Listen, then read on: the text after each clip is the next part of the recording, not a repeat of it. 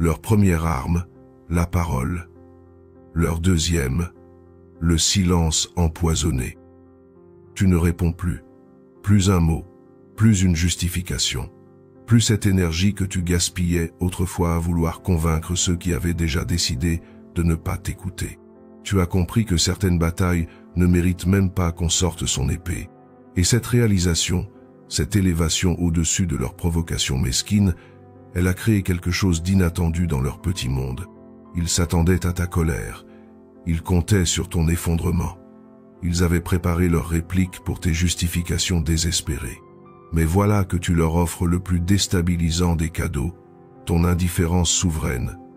Et cette indifférence, elle les rend fous, parce que soudain, ils réalisent que leur pouvoir sur toi vient de s'évaporer comme fumée au vent. Tu sais ce qui se passe quand quelqu'un refuse de jouer le jeu qu'on lui impose? Il change les règles. Et c'est exactement ce que tu as fait. En choisissant le silence stoïcien, en élevant ton regard au-dessus de leur petitesse, tu as brisé leur stratégie. Ils ne savent plus comment t'atteindre. Alors ils passent à autre chose, à une étape plus sournoise, plus calculée, plus froide. Cette étape, elle révèle leur vraie nature. Elle dévoile ce qu'ils sont réellement quand leur masque tombe et que leur frustration prend le contrôle. Parce que vois-tu, les gens qui vivent pour rabaisser les autres ne supportent pas d'être ignorés. C'est leur kryptonite, leur point de rupture. Et quand ils atteignent ce point, ils deviennent imprévisibles. Regarde autour de toi. Combien de personnes dans ton entourage ont déjà vécu cette transformation? Un jour, elles te critiquaient ouvertement, te lançaient leurs pics empoisonnés, cherchaient la confrontation. Et puis, du jour au lendemain, plus rien. Un silence étrange, une distance calculée, une froideur qui en dit plus long que tous leurs mots. Ce silence, il n'est pas de la paix. C'est une guerre différente, une guerre où ils ont changé d'armes parce que les anciennes ne fonctionnent plus sur toi. Et si tu veux naviguer cette nouvelle réalité avec la sagesse stoïcienne, tu dois comprendre ce qui se joue dans l'ombre de leur apparente indifférence. Peut-être penses-tu que ton calme les a apaisés, que ton détachement les a convaincus de passer à autre chose. Détrompe-toi. Quand tu t'élèves au-dessus de leurs critiques, tu ne les fais pas disparaître. Tu les transformes. Et cette transformation, elle suit un schéma précis, une escalade sourde que tout stoïcien doit connaître pour rester debout. Alors prépare-toi à découvrir ce qui arrive vraiment quand ton calme les rend impuissants. Parce que leur silence n'est que le commencement d'une stratégie plus raffinée, plus perverse, mais aussi plus révélatrice de leur véritable caractère. Première étape, ils te critiquent directement. Tout commence toujours par l'évidence brutale. Ils t'attaquent de front, sans détour, sans subtilité. C'est leur réflexe naturel, leur première ligne de défense contre ce qui les dérange chez toi. Peut-être ta réussite qui leur rappelle leurs propres échecs. Peut-être ta sérénité qui contraste avec leur agitation perpétuelle. Ou simplement ta différence qui remet en question leur certitude confortable. Cette phase, elle est presque rassurante dans sa simplicité. Au moins, tu sais à quoi t'attendre. Leurs critiques sont directes, leurs reproches explicites, leurs attaques frontales. Ils te disent en face ce qu'ils pensent de toi, de tes choix, de ta façon de vivre. C'est brutal, mais c'est honnête dans sa brutalité. Ils vont critiquer tes décisions. Tu fais fausse route. Ils vont remettre en question tes choix. Tu te trompes complètement. Ils vont attaquer ta personnalité. Tu es trop ceci, pas assez cela. Chaque aspect de ta vie devient une cible potentielle pour leurs projectiles verbaux. Et au début, peut-être que ça te touche. Peut-être que tu ressens cette petite piqûre dans le cœur, cette envie de te défendre, de prouver qu'ils ont tort. Mais voici ce que la philosophie stoïcienne t'enseigne. Leurs critiques ne parlent jamais de toi. Elles parlent d'eux, de leur peur, de leur frustration, de leurs propres limites qu'ils projettent sur toi. Quand quelqu'un critique ta paix intérieure, c'est parce qu'il n'arrive pas à trouver la sienne. Quand quelqu'un attaque ta réussite, c'est parce qu'il stagne dans sa propre médiocrité. L'attaque directe, c'est leur zone de confort. Ils maîtrisent l'art de la confrontation ouverte. Ils savent comment provoquer, comment pousser tes boutons, comment t'amener sur leur terrain de jeu. Leur terrain, c'est le chaos émotionnel. C'est là qu'ils excellent, c'est là qu'ils se sentent forts. Parce que dans le chaos, tout le monde descend au même niveau. Mais toi, tu as découvert quelque chose de révolutionnaire. Tu as appris à rester calme. Pas cette fausse tranquillité qui cache une tempête intérieure, non. Cette paix authentique qui vient de la compréhension profonde que leurs opinions sur toi ne changent rien à qui tu es réellement. Leurs mots ricochent sur ta sérénité comme des balles sur un blindage. Et c'est là que tout bascule. Quand ils réalisent que leurs attaques directes n'ont aucun effet sur toi, quelque chose se brise dans leur stratégie. Ils ont investi tant d'énergie dans cette approche frontale qu'ils ne savent pas comment réagir face à ton imperméabilité. Ton calme devient leur kryptonite. Imagine leur frustration. Ils lancent leurs meilleurs pics, leurs critiques les plus acérées, leurs jugements les plus mordants. Et toi, tu restes là, serein, inébranlable, comme un roc face à la tempête. Tu ne te justifies pas, tu ne contre-attaques pas, tu ne montres aucun signe de faiblesse. Tu incarnes cette force tranquille qui les déroute complètement. C'est exactement à ce moment précis que leur respect involontaire commence à naître. Même s'ils ne l'admettront jamais, même s'ils lutteront contre cette évidence, ils commencent à réaliser qu'ils ont affaire à quelqu'un de différent. Quelqu'un qui ne joue pas selon leurs règles. Quelqu'un qui a transcendé leur petit jeu de pouvoir. Alors, faute de mieux, ils passent à l'étape suivante. Parce que l'ego blessé ne renonce jamais facilement. Deuxième étape, ils passaient à la moquerie collective. Quand leurs attaques personnelles échouent, ils changent de tactique. Ils sortent l'artillerie lourde de la manipulation sociale, la moquerie collective. Parce que s'ils n'arrivent pas à te faire plier individuellement, peut-être qu'en mobilisant le groupe, en créant une coalition contre toi, ils parviendront enfin à te faire vaciller. Cette étape est particulièrement vicieuse parce qu'elle exploite l'un des besoins les plus fondamentaux de l'être humain, l'appartenance sociale. Ils le savent, ces manipulateurs. Ils savent que la plupart des gens craignent plus que tout d'être exclus, ridiculisés publiquement, transformés en objets de risée collective. Alors ils orchestrent ce théâtre cruel avec une précision chirurgicale. Regarde comment ils s'y prennent. D'abord, ils testent le terrain, une petite moquerie lancée négligemment dans une conversation de groupe. Un sourire en coin quand ton nom est mentionné. Un regard complice échangé avec d'autres quand tu prends la parole. Ils jaugent les réactions, identifient leurs alliés potentiels, cartographient le territoire social avant de lancer leur offensive. Puis vient l'escalade. Les plaisanteries deviennent plus fréquentes, plus appuyées, plus méchantes.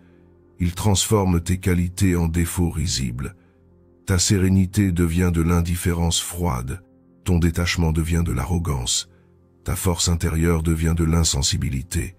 Ils retournent tout ce que tu es contre toi, mais avec le sourire, sous couvert d'humour. Le plus pervers dans cette stratégie, c'est qu'elle place ceux qui t'entourent dans une position inconfortable. Soit ils participent à la moquerie collective et deviennent complices de cette petitesse, soit ils prennent ta défense et risquent de devenir eux-mêmes des cibles. La pression sociale fait le reste.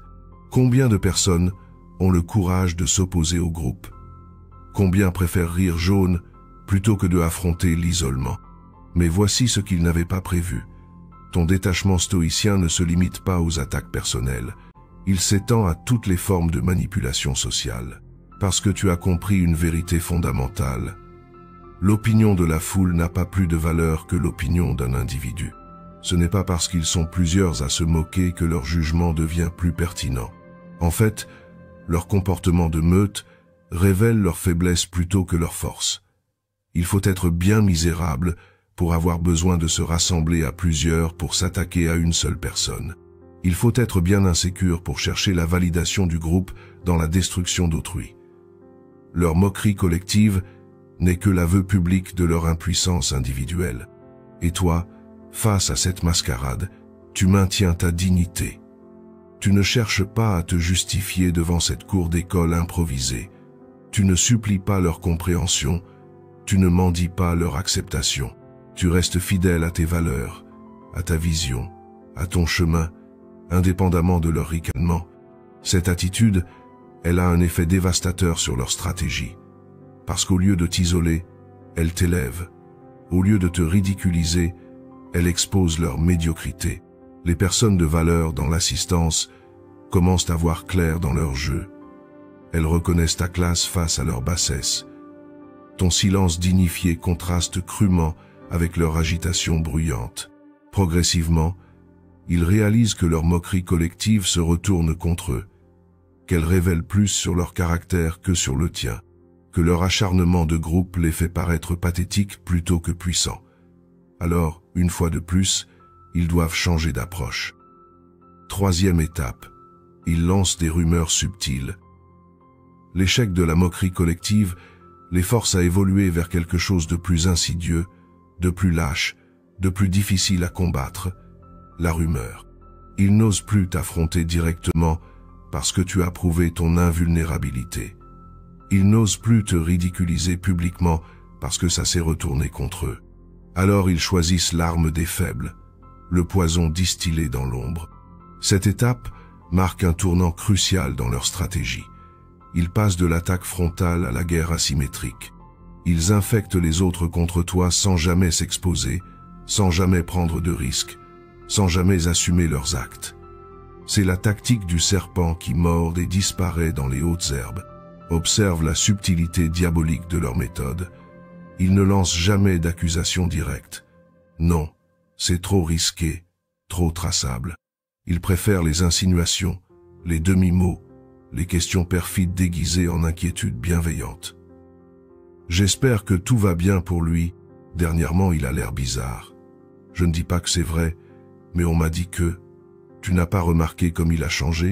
Leurs rumeurs sont conçues pour être indétectables et pourtant destructrices. Elles s'insinuent dans les conversations comme un virus, se propageant de bouche à oreille, se déformant et s'amplifiant à chaque transmission.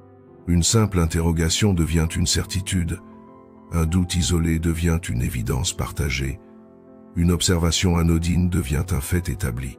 Le plus vicieux dans cette approche, c'est qu'elle exploite la nature humaine elle-même.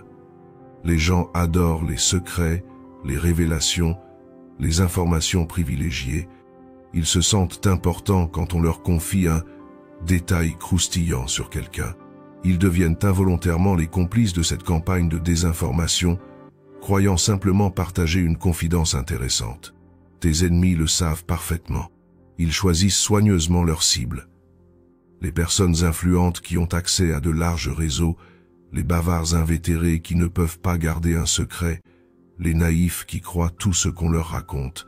Ils sèment leurs graines empoisonnées dans les terrains les plus fertiles pour la propagation.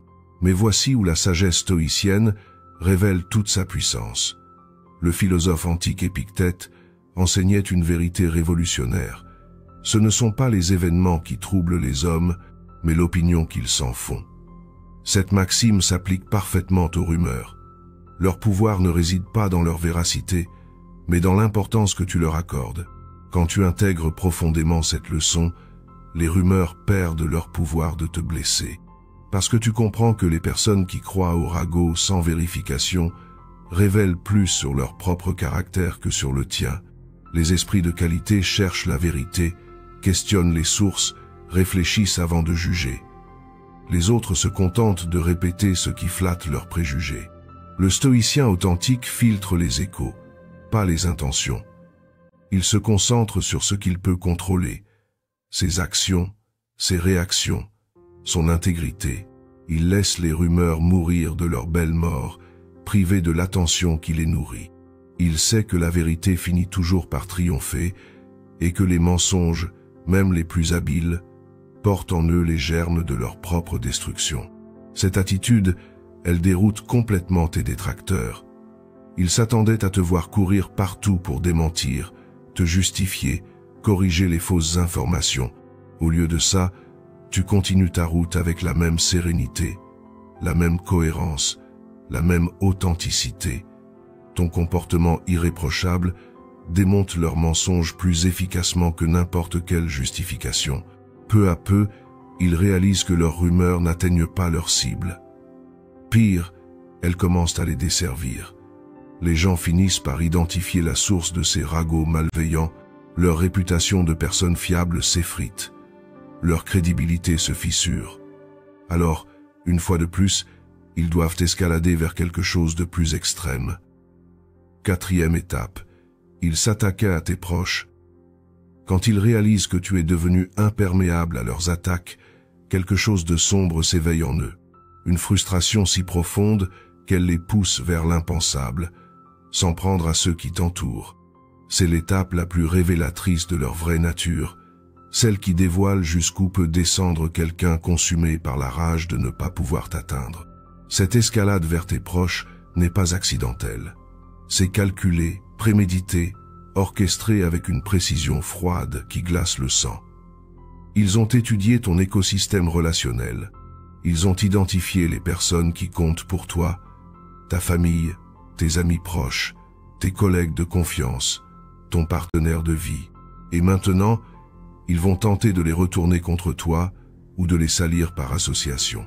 Regarde leur méthode diabolique. Ils vont approcher tes proches avec une fausse sollicitude. Je m'inquiète pour toi, tu sais, depuis que tu fréquentes cette personne.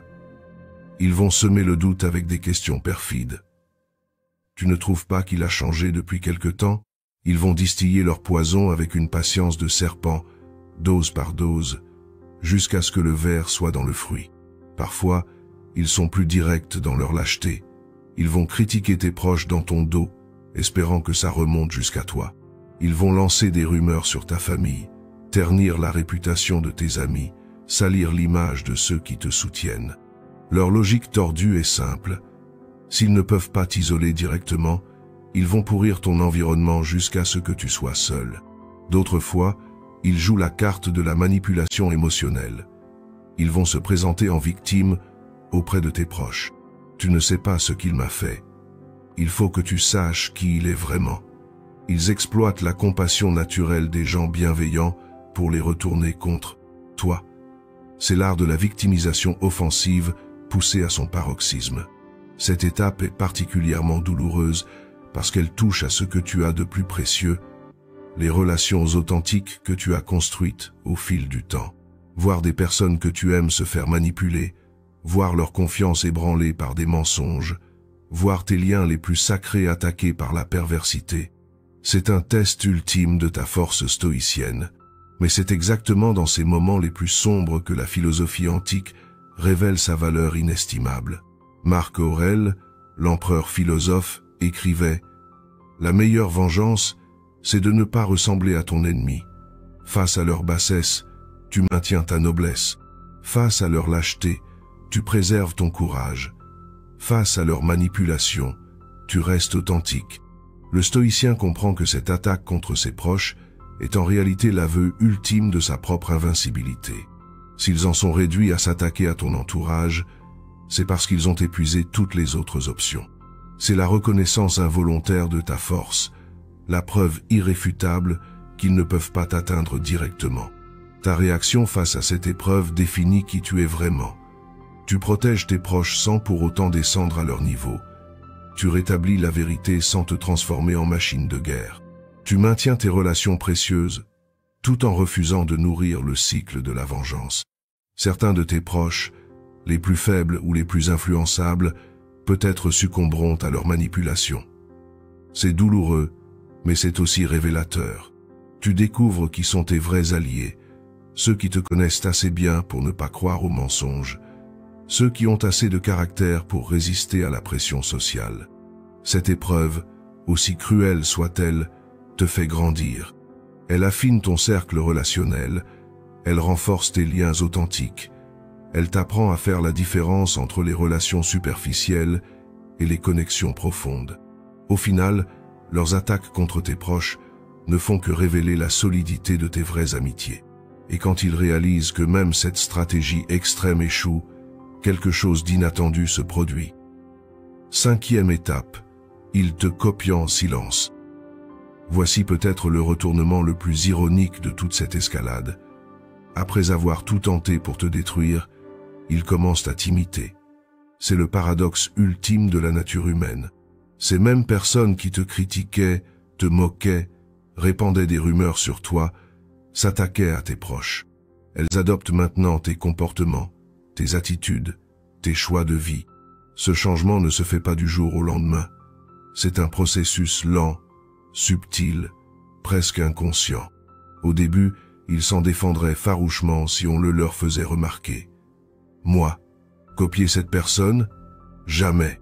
Mais l'inconscient humain fonctionne selon des mécanismes plus profonds que l'orgueil. Et malgré leur résistance consciente, quelque chose en eux a été marqué par ta force tranquille. Regarde attentivement leur évolution.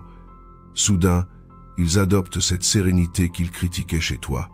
Ils parlent de détachement, de paix intérieure, de philosophie de vie.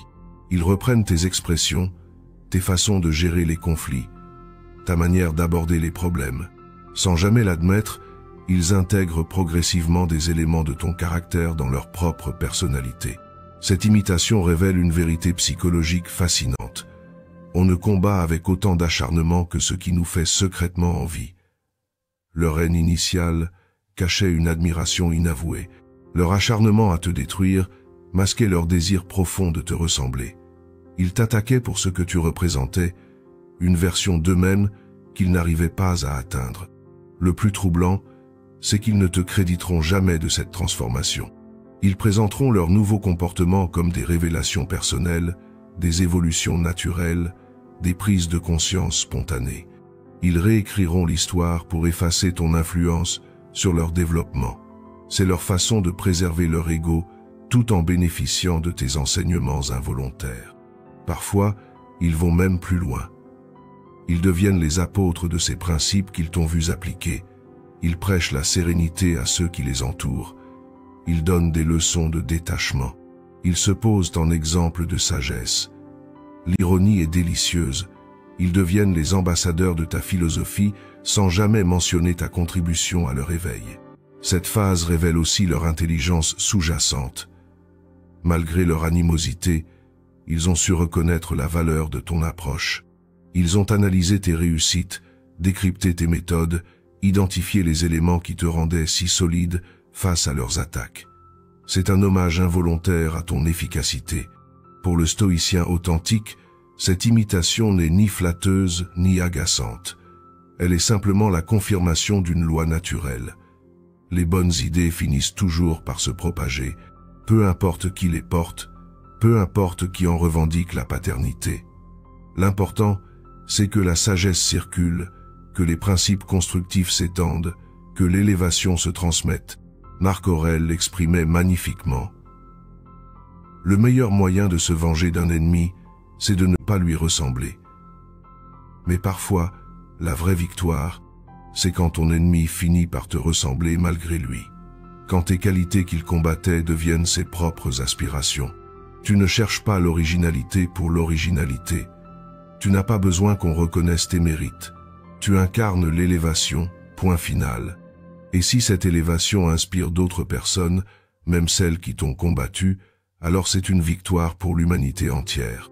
Cependant, tous ne franchiront pas ce cap de l'imitation.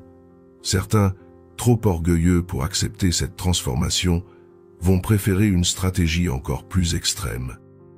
6e étape, ils essaient de t'isoler. Quand l'imitation échoue à apaiser leur frustration, ils passent à une stratégie plus sophistiquée et plus cruelle, l'isolement calculé. C'est leur dernière carte avant l'effondrement total. Ils vont tenter de te rendre invisible, de faire comme si tu n'existais pas, de créer un vide social autour de toi. C'est l'arme du silence organisé, de l'ignorance collective, de l'exclusion systématique. Cette tactique est particulièrement vicieuse parce qu'elle joue sur un besoin humain fondamental, la reconnaissance sociale. Ils savent que même les plus forts d'entre nous ont besoin de sentir qu'ils existent dans le regard des autres, qu'ils comptent, qu'ils ont leur place dans le tissu social. Alors ils tentent de te priver de cette reconnaissance en t'effaçant purement et simplement de leur réalité. Observe leur stratégie minutieuse. Dans les conversations de groupe, ils ne réagissent plus à tes interventions. Ils continuent de parler comme si tu n'avais rien dit. Quand tu poses une question, ils l'ignorent et rebondissent sur autre chose. Quand tu proposes une idée, Ils font mine de ne pas l'avoir entendu. C'est l'art de l'invisibilisation poussé à la perfection. Ils vont plus loin encore. Ils organisent des événements sans t'inviter. Ils prennent des décisions qui te concernent sans te consulter. Ils parlent de projets communs en faisant comme si tu n'étais pas impliqué. Ils créent délibérément des situations où ton absence devient manifeste, où ton exclusion devient visible aux yeux de tous. Le plus pervers dans cette approche, c'est qu'elle force les autres à choisir leur camp. Soit ils participent à cette conspiration du silence et deviennent complices de ton isolement, soit ils résistent et risquent de subir le même traitement. La pression sociale fait le reste. Combien de personnes ont le courage de briser ce mur de silence? Combien préfèrent la facilité de l'indifférence organisée? Mais ils ont sous-estimé un élément crucial, la qualité de ta présence. Parce que vois-tu, quand quelqu'un a développé une vraie force intérieure, une authentique sérénité, un charisme naturel basé sur la substance plutôt que sur l'apparence, son silence pèse plus lourd que leur bavardage. Leur tentative d'isolation révèle paradoxalement ton importance. Pourquoi investir autant d'énergie à ignorer quelqu'un d'insignifiant? Pourquoi organiser une campagne systématique contre quelqu'un qui ne compte pas? Leur acharnement à te rendre invisible prouve au contraire que ta présence les dérange profondément. Et voici ce qui se passe quand on essaie d'ignorer une force de la nature. Elle continue d'exister indépendamment de notre reconnaissance. Le soleil brille qu'on le regarde ou non. L'océan fait ses vagues qu'on l'écoute ou non. Et toi, tu continues de rayonner cette sérénité stoïcienne qu'il tente désespérément d'occulter. Plus il s'acharne à t'ignorer, plus ton absence devient présente. Plus il tente de t'effacer, plus ton empreinte devient visible.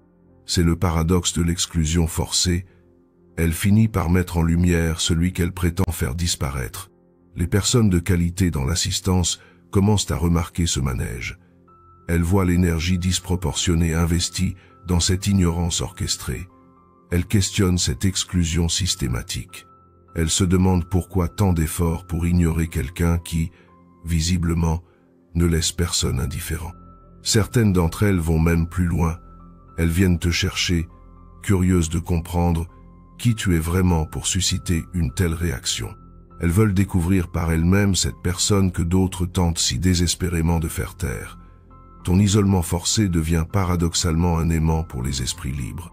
Le stoïcien, face à cette exclusion organisée, ne mendie pas l'attention. Il ne supplie pas la reconnaissance. Il reste fidèle à ses valeurs, continue sa route, maintient sa dignité. Il sait que la vraie solitude n'est pas l'absence d'autres personnes, mais l'absence de connexion avec soi-même. Et lui, il cultive cette connexion intérieure qui le rend imperméable à toutes les tentatives d'isolement extérieur. Cette stratégie d'exclusion, comme toutes les précédentes, finit par se retourner contre ses orchestrateurs, parce qu'au lieu de t'affaiblir, elle révèle ta force.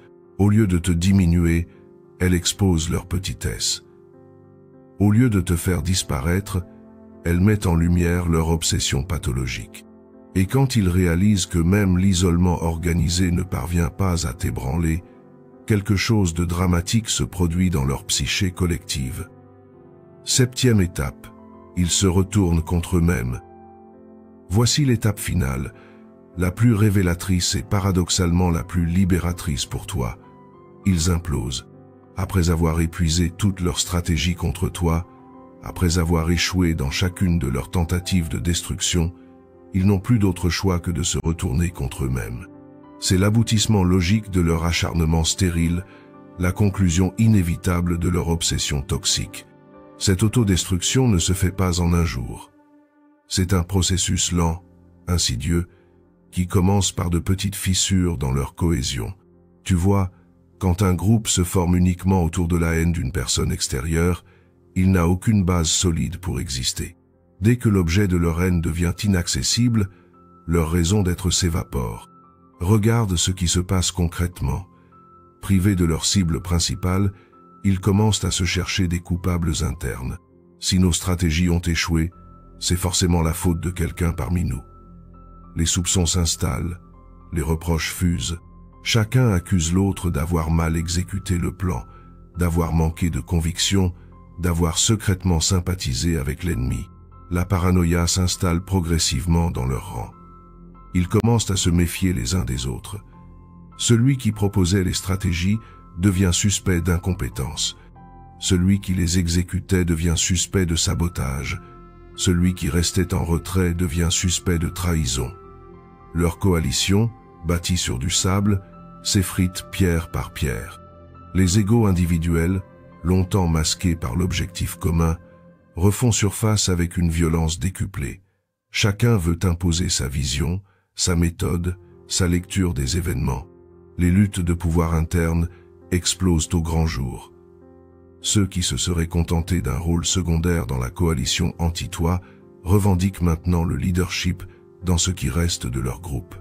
Peut-être assistes-tu à des scènes surréalistes où ils se reprochent mutuellement leurs échecs passés. C'est ta faute si les rumeurs n'ont pas pris. C'est toi qui as mal géré l'isolement. Tu n'as jamais vraiment voulu qu'on réussisse. Ils rejouent leur stratégie ratée en se cherchant des boucs émissaires internes. Certains commencent même à regretter ouvertement leurs actions passées, non pas par remords sincères, mais par calcul opportuniste.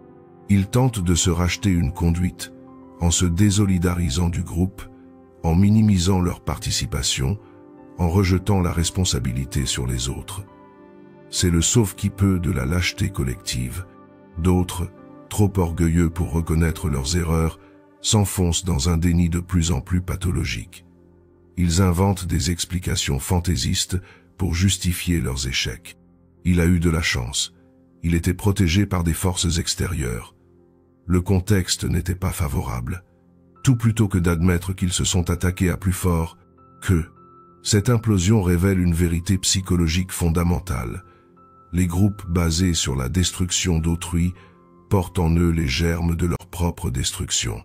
Ils n'ont aucune vision positive à proposer, aucun projet constructif à défendre, aucune valeur élevée à incarner. Leur seule raison d'exister était ta chute. Ton maintien debout les condamne à l'inexistence. Le plus ironique dans cette situation, c'est que tu deviens témoin de leur désintégration sans avoir levé le petit doigt contre eux. Tu n'as pas eu besoin de riposter, de te venger, de manœuvrer dans l'ombre. Ta simple persistance dans tes valeurs a suffi à révéler leur vacuité intrinsèque. Certains membres de leur ancienne coalition viennent même te présenter des excuses tardives. Pas par sincérité, souvent, mais par opportunisme. Ils ont compris que le vent avait tourné, que leur ancien leader de groupe avait perdu toute crédibilité, qu'il valait mieux se repositionner avant qu'il ne soit trop tard. Le stoïcien authentique accueille ces retournements avec sérénité. Il ne jubile pas de leur effondrement, car il sait que la joie tirée de la chute d'autrui corrompt l'âme. Il ne se venge pas non plus, car il comprend qu'ils se sont vengés eux-mêmes plus efficacement qu'ils n'auraient jamais pu le faire. Il observe simplement cette leçon de vie grandeur nature. Ceux qui vivent pour détruire finissent toujours par se détruire. Ceux qui investissent leur énergie dans la haine récoltent tôt ou tard les fruits amers de leur propre poison. Ceux qui refusent de grandir, en s'élevant, choisissent de rapetisser en s'abaissant. Et toi, pendant qu'ils s'enlisent dans leurs querelles internes, tu continues ton chemin avec la même sérénité qu'au premier jour. Tu incarnes cette vérité éternelle. La vraie force ne combat pas, elle rayonne. La vraie sagesse ne détruit pas, elle construit. La vraie grandeur ne s'impose pas, elle inspire. Maintenant que nous avons exploré toutes ces étapes, il est temps de tirer les leçons essentielles de ce parcours. Ne descends jamais répondre à ceux qui te détestent en silence. Nous voici arrivés au terme de ce voyage à travers les méandres de la psychologie humaine et de la sagesse stoïcienne. Tu as découvert les 7 étapes que traversent inévitablement ceux qui s'acharnent contre ta sérénité, de l'attaque frontale à l'implosion finale, en passant par la moquerie collective, les rumeurs sournoises, les attaques contre tes proches, l'imitation paradoxale et l'isolement organisé. Chacune de ces étapes révèle quelque chose de profond sur la nature humaine. Elle montre comment l'ego blessé peut pousser des personnes ordinaires vers des comportements extraordinairement destructeurs. Elle dévoile les mécanismes psychologiques qui transforment l'admiration refoulée en haine manifestée. Elle expose la fragilité de ceux qui ne supportent pas la force tranquille d'autrui, mais surtout, ce parcours illustre la puissance révolutionnaire du détachement stoïcien. En refusant de descendre sur leur terrain, en maintenant ton élévation malgré leurs provocations, en restant fidèle à tes valeurs indépendamment de leurs réactions, tu as fait plus que te protéger. Tu as révélé leur vraie nature tout en préservant la tienne. Ils ne t'attaquent plus frontalement maintenant. Cette phase est révolue. Ils ont compris que ça ne fonctionnait pas, que leurs mots ricochaient sur ta sérénité comme des balles sur un blindage. Alors ils ont choisi le silence. Mais attention, ce silence n'est pas la paix. C'est une guerre différente, plus sourde, plus insidieuse. Ce silence, c'est leur aveu d'impuissance. C'est la reconnaissance involontaire de ta supériorité morale. C'est l'admission tacite qu'ils ne savent plus comment t'atteindre. Ils te redoutent maintenant, et cette crainte se traduit par une distance calculée, une froideur étudiée, une indifférence feinte. Mais voici la vérité qu'ils tentent de masquer. Leur silence parle plus fort que tous leurs mots. Ils crient leur frustration, hurlent leur défaite, proclament ton triomphe. Chaque jour où ils t'ignorent est un jour de plus où ils confirment ton impact sur leur existence. Chaque effort pour faire comme si tu n'existais pas prouve au contraire que tu occupes leurs pensées. Et pendant qu'ils s'enlisent dans cette stratégie stérile, pendant qu'ils s'épuisent à maintenir cette façade d'indifférence, pendant qu'ils se consument lentement dans le feu de leur propre amertume, toi tu continues. Tu avances avec la même sérénité, la même cohérence, la même authenticité qui les a tant dérangés au départ. Tu incarnes cette leçon fondamentale du stoïcisme. On ne peut pas contrôler les actions des autres, mais on peut toujours contrôler ses propres réactions. Ils ont choisi la petitesse, tu as choisi la grandeur. Ils ont choisi la destruction, tu as choisi la construction. Ils ont choisi de s'abaisser, tu as choisi de t'élever. Cette différence de choix finit toujours par produire des résultats opposés. Eux s'enfoncent progressivement dans leur négativité, développent des relations toxiques, attirent à eux des personnes de même acabit. Toi, tu attires naturellement les esprits élevés, tu construis des relations authentiques, tu crées autour de toi un environnement harmonieux. Le silence haineux, ça se détecte, ça se sent, ça se ressent. Les personnes sensibles et intelligentes perçoivent cette énergie négative qui émane de ceux qui te détestent en secret, et par contraste, elles apprécient d'autant plus ta lumière naturelle, ta paix intérieure, ton rayonnement positif. Alors laisse-les dans leur silence empoisonné. Laisse-les se consumer dans leurs ressentiments secrets. Laisse-les se détruire à petit feu dans l'ombre de ta lumière. Ce n'est plus ton problème. Ce n'est plus ton combat. Ce n'est plus ton énergie. Le stoïcien monte pendant que les autres s'abaissent à leur propre stratégie. Il s'élève pendant qu'il se rabaisse. Il grandit pendant qu'il rapetisse. Il rayonne pendant qu'il se ternisse. Et cette différence d'altitude finit par créer un fossé infranchissable entre eux et lui. Retiens bien cette leçon essentielle. Ne descends jamais répondre à ceux qui te détestent en silence. Leur silence est leur prison, pas la tienne. Leur froideur est leur punition, pas ton châtiment. Leur indifférence feinte est leur torture, pas ton supplice. Continue ta route avec cette certitude inébranlable. Ceux qui vivent pour rabaisser les autres finissent toujours par se rabaisser eux-mêmes. Ceux qui investissent leur énergie dans la haine récoltent invariablement les fruits amers de leur propre poison. Ceux qui choisissent les ténèbres de l'envie ne peuvent pas éteindre la lumière de celui qui a choisi l'élévation. Toi, tu t'élèves, et leur silence te confirme que tu as pris la bonne direction.